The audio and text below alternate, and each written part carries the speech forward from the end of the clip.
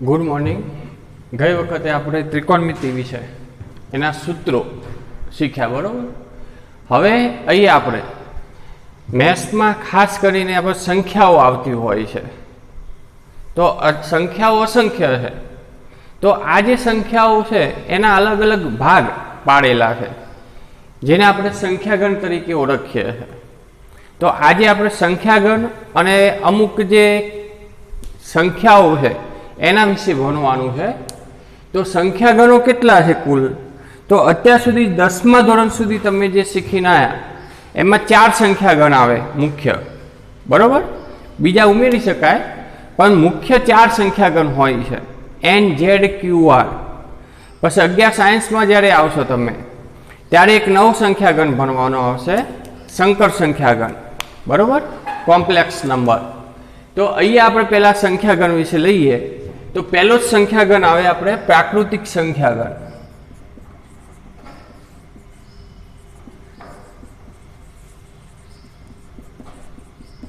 एने आपणे एन वडे दर्शाववामां आवे छे।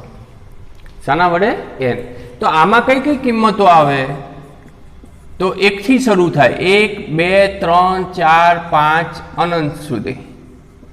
तो आ जे छे आपणो प्राकृतिक संख्यागण छे एन, कैपिटल एन वडे दर्शावे छे અને 1 થી તે અનંત સુધી લેવામાં આવે છે, 0 લેવામાં આવતો નથી। હવે આમાં ધ્યાન રાખજો, અમુક ગુણધર્મો રહેલા હોય છે સંખ્યાઓમાં। કયા કયા ગુણધર્મો રહેલા હોય છે? તો આ જે n છે એ સવૃત્તાનો ગુણધર્મ ધરાવે છે। હવે સવૃત્તા એટલે શું? 5મા ધોરણમાં સવૃત્તા આવે। તો સવૃત્તા કોને કહેવાય? तो कोईपण आपणे गण लईए एमांथी आपणे कोईपण 2 संख्या लईए एनो सरवाळो। हवे जो सवृत्तता जे छे ने ए आपणे मुख्य 4 क्रियाओ उपर आधारित होय। आपणे मैथ्स में 4 क्रियाओ कई मुख्य? तो भागु सभा, एटले पहेला आपणे लईए भागाकार, बीजू गुणाकार, सरवाळो अने बादबाकी। आने आपणे भागुसभा तरीके ओळखीए छे, बरोबर।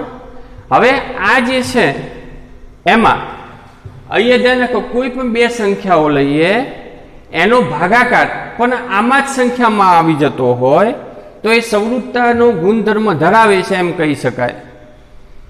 गुणाकार लईए અને આનો ગુણાકાર જો આમાં જ મળતો હોય આપણને દરેક માટે, તો એ જે છે એ સવૃત્તાનો ગુણધર્મ ધરાવે છે એમ કહેવાય। તો અહીંયા આપણે ભાગાકાર માટે સવૃત્તા નહીં મળે, કારણ કે આપણે 5/4 કરીએ તો પોઈન્ટમાં જવાબ આવે અને પોઈન્ટવાળી કિંમતો અહીંયા હોતી નથી, એટલે ભાગાકાર માટે નહીં આવે, ગુણાકાર માટે આવી જાય। આમાંથી કોઈ પણ 2 સંખ્યાનો ગુણાકાર લઈએ આપણે તો આ જે ગુણાકાર છે આમાં હોય જ, बराबर। એટલે આ જે છે ગુણાકાર માટે સવૃત્તાનો ગુણધર્મ ધરાવે છે n, સરવાળા માટે ધરાવે, કારણ કે આમાંથી કોઈ પણનો સરવાળો કરો તમે, કોઈ પણ 2 સંખ્યા એનો સરવાળો આમાં મળે જ, એટલે સરવાળા માટે મળે પણ બાદબાકી માટે મળતા નથી। જો મોટી સંખ્યામાંથી નાની સંખ્યા બાદ કરો તો મળશે। દાખલા તરીકે 50, એમાંથી 10 કાઢી નાખો તો 40 આવે, એ આમાં મળે। पण 10 मांथी 40 काढी नाखो तो -30 आवे, आपने खबर है, परंतु ए -30 आमां मळती नथी, एटले बादबाकी माटे सवृत्ता नथी। बीजा बधा गुणधर्म आवे, क्रमनो नियम, जूथनो नियम, ए बधा शीख्या है, पण आ एक महत्वनो है, ए सवृत्तानो गुणधर्म। तो पहेलो आपणे संख्यागण प्राकृतिक संख्यागण। बीजो आम तो बीजो गण तरीके लेवामां नथी आवतो, पण अहीं आपणे लई लईए पूर्ण संख्यागण। तो पूर्ण संख्यागण ने आपणे आई वडे दर्शावीशुं। तो आई मां शुं आवशे? तो आमां 0 उमेरी दईए, એટલે 0 થી ચાલુ થાય, 0 1 2 3 4 અનંત સુધી। તો એ જે છે પૂર્ણ સંખ્યાગણ કહેવાય છે। ત્રીજો પૂર્ણાંક સંખ્યાગણ।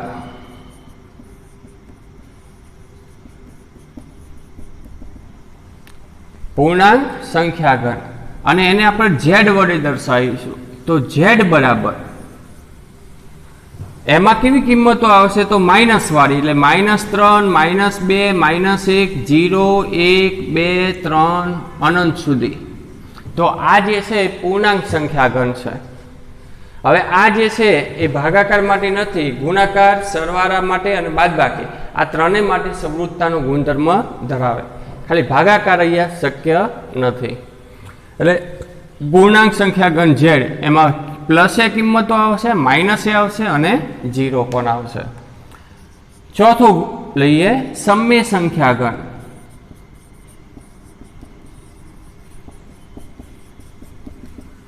અને એને ક્યુ વડે દર્શાવવામાં આવે છે શાના વડે ક્યુ વડે તો ક્યુમાં કેવી કિંમતો આવશે કે જેમાં અંશ અને છેદ હોય એટલે આ સ્વરૂપની હોય પી ભાગ્યા ક્યુ અંશ અને છેદ આવતા હોય આ જે પી જે છે એ આપણે ઝેડમાંથી લઈશું અને ક્યુ જે છે એ એનમાંથી લઈશું કેમ એનમાંથી કારણ કે છેદમાં 0 આવે કદાચ અહીંયા ઉપર 5 લઈએ નીચે 0 લઈએ તો 5 ભાગ્યા 0 એટલે અવ્યાખ્યાયિત થઈ જાય એટલા માટે આપણે એનમાંથી નીચેની કિંમતો લેવામાં આવે છે એમાં 0 વડે ભાગાકાર નથી એટલે પી અપોન ક્યુ એટલે ટૂંકમાં અંશ અને છેદવાળી કિંમતો છે એ આપણે સમય સંખ્યા લઈશું દાખલા તરીકે 3/5 9/7 આ બધી જે છે એ સમય સંખ્યા છે એ કેવી છે સમય સંખ્યા હવે ધ્યાન રાખજો આપણે પાઈ લઈએ છીએ 22/7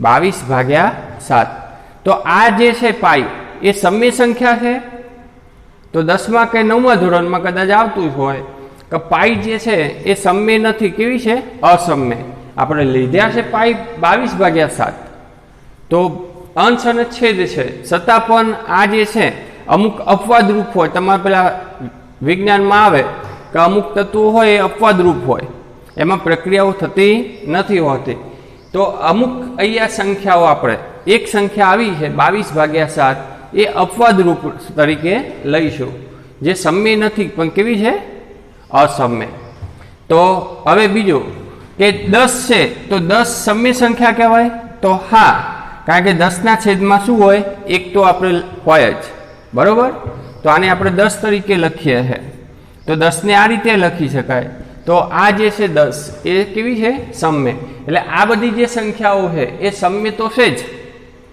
પરંતુ એના સિવાયની બીજી કિંમતો પોઈન્ટમાં જવાબ આવતો હોય ભાગાકાર વાળી હોય એ પણ આવશે એટલે આપણે લખીએ આમાં લખવી હોય તો -3 -2 -5/2 -7/3 -1 0 1 3/2 5/7 2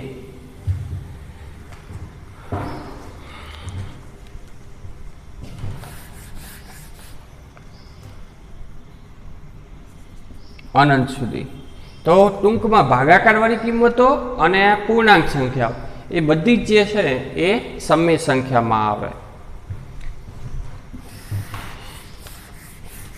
એના પછી આવે આપણે 5 નંબર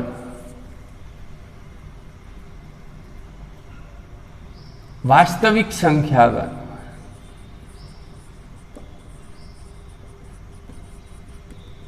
એને આપણે કેપિટલ આર વડે દર્શાવીએ છીએ એને કેપિટલ આર વડે તો આરમાં કઈ કિંમતો આવે તો સમય અને અસમય સંખ્યાઓ હવે અસમય સંખ્યાઓ એટલે શું તો આપણે વર્ગમૂળ જેનું નથી નીકળતું દાખલા તરીકે 2 નું વર્ગમૂળ નથી નીકળતું 5 નું વર્ગમૂળ નથી નીકળતું 9 નું વર્ગમૂળ નીકળે 3 પણ 5 નું 7 નું જેના વર્ગમૂળ નથી નીકળતા એ બધી આપણે શામાં લઈએ છીએ અસમય સંખ્યામાં પણ પ્લસ કિંમત જ લઈએ છીએ ધ્યાન રાખજો તો સમય એટલે આ બધી તો કિંમતો આવવાની જ છે ટૂંકમાં -3 -5/2 -1 0 પછી 1/2 પણ વર્ગમૂળમાં હોય એવી કિંમતો પણ આમાં આવશે બરોબર તો વાસ્તવિક સંખ્યાગણમાં બધી જ કિંમતો ટૂંકમાં આવી જાય છે. હવે આના પછીનો પણ એક સંખ્યાગણ છે, એને આપણે સંકર સંખ્યાગણ કહીશું, પણ એ અત્યારે આપણે ભણવાનો નથી, એ પછી જોઈશું. તો સંખ્યાગણો આપણે મુખ્ય આપણે 5 છે અત્યારે. કેટલા છે? 5. એમાં અલગ અલગ સંખ્યાઓ છે. હવે સંખ્યા વિશે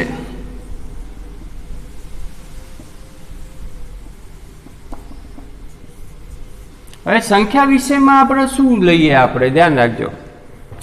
તો પહેલું જ આવે આપણે યુગ્મ સંખ્યાઓ.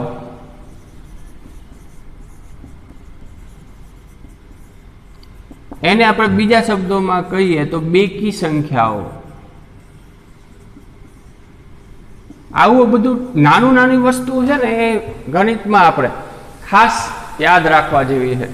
આનો ક્યારે ઉપયોગ થાય નક્કી જ ના હોય, બરોબર? એક્ઝામ્પલમાં તો આપણને ખબર હોવી જોઈએ યુગ્મ સંખ્યાઓ કઈ કઈ છે.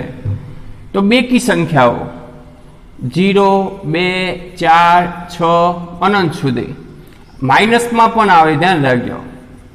આ બધી -6 આ બધી બેકી સંખ્યાઓ જ છે, બરોબર? 2 ના ઘડિયામાં ટૂંકમાં આવતી હોય એવી. બીજું અયુગ્મ એટલે કે એકી સંખ્યાઓ.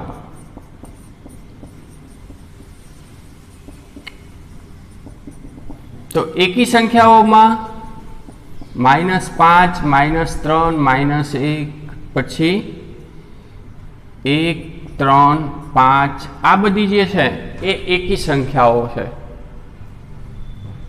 ત્રીજું સંખ્યા અને એના અવયવી લઈએ. આ પણ વસ્તુ એક યાદ રાખવા જેવી છે. અવયવી, દાખલા તરીકે 3 લઈએ આપણે સંખ્યા, તો 3 ના અવયવી એટલે શું? તો 3 ના ઘડિયામાં જે આવતા હોય એના શું કહેવાય? 3 ના અવયવી. 3, 6, 9, 12 આ બધા એના 3 ના અવયવી છે.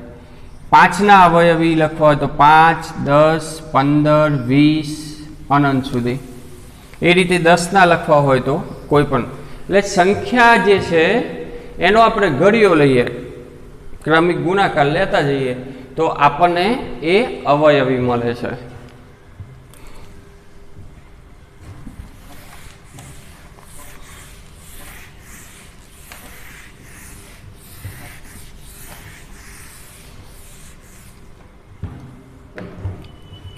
ચાર નંબર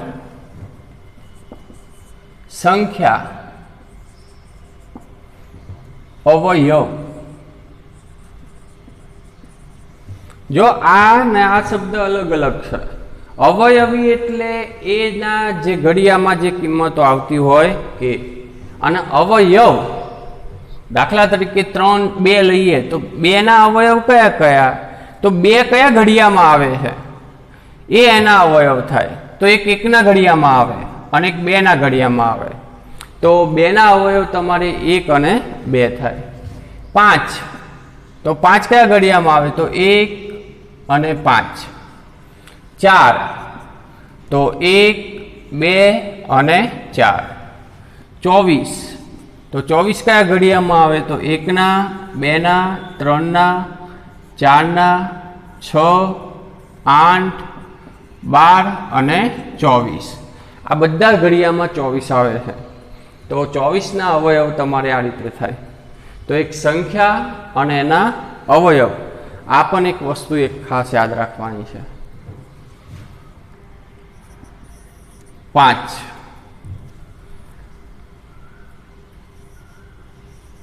અવિભાજ્ય સંખ્યાઓ.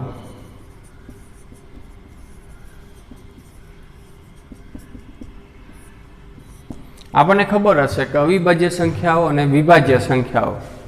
તો અવિભાજ્ય સંખ્યાઓ કોને કહેવાય? તો આપણા સાહેબે કહેલું હોય કે એકે ઘડિયામાં ન આવતી હોય, એ પોતાના જ ઘડિયામાં આવતી હોય, એના સિવાય એકે બીજા ઘડિયામાં ના આવતી હોય, તો એવી સંખ્યાઓને શું કહેવાય? અવિભાજ્ય સંખ્યાઓ. પરંતુ ખરેખર વ્યાખ્યા એની આવી છે કે જે સંખ્યાના અવયવ 2 ફક્ત હોય, ફક્ત કેટલા હોય? બે જ અવયવ મળતા હોય તો એવી સંખ્યાઓને આપણે શું કહીએ છીએ? અવિભાજ્ય સંખ્યાઓ. હવે બે જ અવયવ ક્યારે હોય? એ પોતાના ઘડિયામાં હોય ત્યારે, અને એક તો દરેકનો અવયવ હોય, બરોબર? તો જો 2, 5 આ બધા જે છે એ અવિભાજ્ય સંખ્યાઓ છે. શરૂઆત ક્યાંથી થાય? તો 2 થી થાય, પછી 3, 5, 7, પછી 8, 9 ના આવે, 10 નહીં, 11, 13, 17, 19 આ બધી કેવી છે? અવિભાજ્ય સંખ્યાઓ, જે એક આના સિવાયના એક કે ઘડિયામાં ના આવે. એક તો આવે જ, બરોબર? એકના ઘડિયામાં તો હોય, અને આ પોતાના ઘડિયામાં હોય, એના સિવાય એક કે બીજા ઘડિયામાં હોતી નથી, બરોબર? એટલે આ બધી સંખ્યાના અવયવ કેટલા હોય? ફક્ત 2. એટલે 2 અવયવ હોય એને અવિભાજ્ય સંખ્યાઓ કહેવાય. 6 વિભાજ્ય સંખ્યાઓ.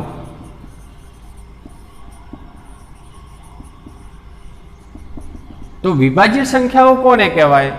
તો જેના અવયવ 2 થી વધુ હોય, જે સંખ્યાના અવયવ 2 થી વધારે હોય, એટલે 3 હોય, 4 હોય, 5 હોય. તો અહીંયા જો આના 3 છે, આના ઘણા બધા છે, 4 ને 4 8 છે. તો 2 થી વધારે હોય, તો 2 થી વધારે અવયવ હોય તો એવી સંખ્યાઓને આપણે શું કહીએ છીએ? વિભાજ્ય સંખ્યાઓ. શરૂઆત ક્યાંથી થાય? તો 4 થી, બરોબર? તો 4, પછી 6, 7 નહીં, 8, 9, 10 અનંત સુધી.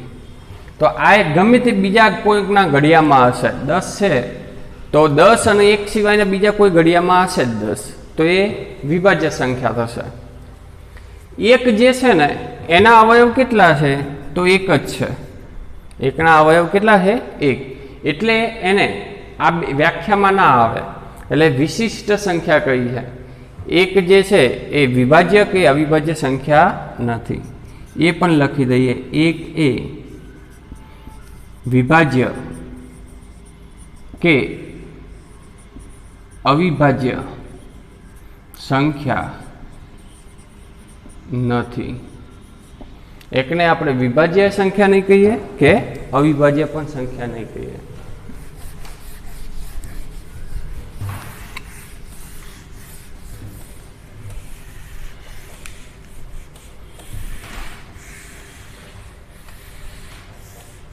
એટલે આપણે સંખ્યાઘન મુખ્ય 5 આપણે લીધા અત્યારે, બરોબર? એના સિવાય આ જે આપણે આ ચલાવ્યું છે એ ખાસ તૈયાર કરવાનું છે. ગણિતમાં આના સિવાય આપણે બીજું શું હોવું જોઈએ? તો બીજું જે છે આપણે એમાં સૂત્રો હોવા જોઈએ યાદ આપણને. વિસ્તરણ અને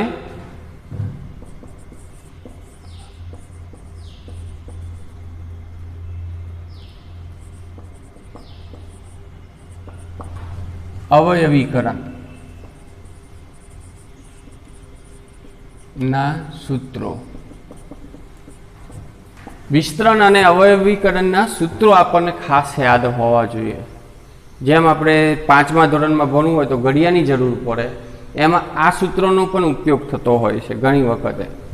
એટલે આ જે સૂત્રો છે એ ખાસ તૈયાર કરવાના છે. એમાં પણ પહેલું લઈએ આપણે તો a + b એનો વર્ગ, તો a² + 2ab + b². યાદ તો હશે જ, પરંતુ અહીંયા હું લખાઈ દઉં બધા, તો એ પણ તૈયાર કરવાના છે. તો a² - b², તો a² - 2ab + b². ત્રીજું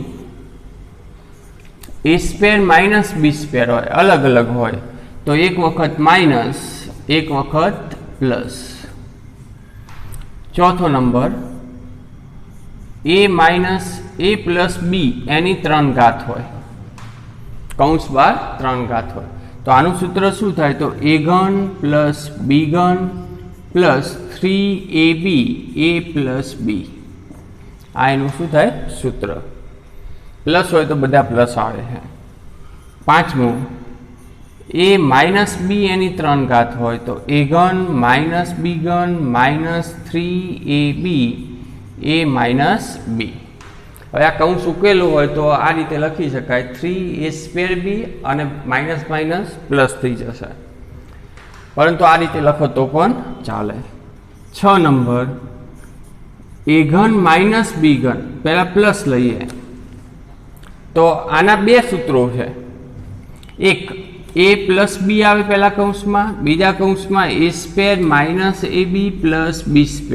આપણે એક્ઝામ્પલમાં કયા સૂત્રનો ઉપયોગ કરવો એ એક્ઝામ્પલ ઉપર આધારિત રહે. એક આ સૂત્ર હોય છે, અહીંયા પ્લસ હોય તો અહીંયા શું હોય છે માઇનસ. અને બીજું સૂત્ર શું આનું, તો અહીંયા જો આ સૂત્રમાં આપણે a ઘન પ્લસ બી ઘન આવ્યા છે, તો આ જે છે એ પદ આખું આ બદલાઈ દઈએ તો શું થઈ જાય માઇનસ. એટલે આને આ રીતે પણ લખી શકાય a પ્લસ બી એની 3 ઘાત માઇનસ 3ab a પ્લસ બી. આ રીતે પણ સૂત્ર લખી શકાય છે. આપણે એક્ઝામ્પલમાં કયા સૂત્રનો ઉપયોગ સરળ પડશે એ પ્રમાણે આપણે સૂત્ર લખવું પડે છે. 7 a ઘન માઇનસ બી ઘન, તો એનું સૂત્ર આ રીતે લખીએ આપણે તો પહેલા કૌંસમાં a minus b a² plus ab plus b², આ એનું સૂત્ર છે.